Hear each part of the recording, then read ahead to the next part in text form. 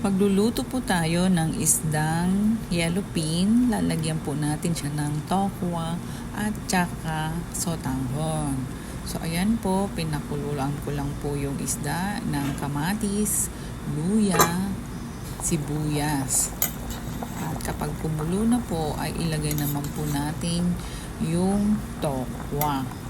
So ganyan lang po, hayaan lang natin siyang maluto, maging yung tokwa na ating inilagay. Tinimplahan ko po yan ng patis at saka asin, saka paminta. Pagkatapos po niyan, ay lalagyan naman po natin siya ng sotanghon. So, konti lang po yung inilagay kong sotanghon para hindi po kaagad-agad matuyuan yung ating sabaw. So, ayan po, okay na yung kanyang timpla.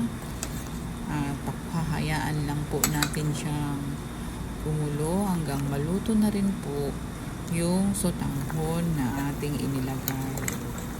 Makikita nyo, ang sarap-sarap po ng ating niluluto na yellowfin na isda na may tokwa at sotanghon.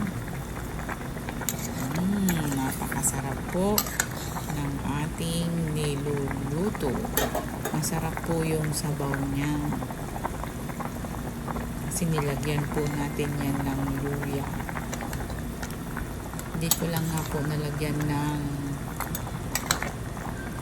dahon ng sibuyas. Mas masarap po sana.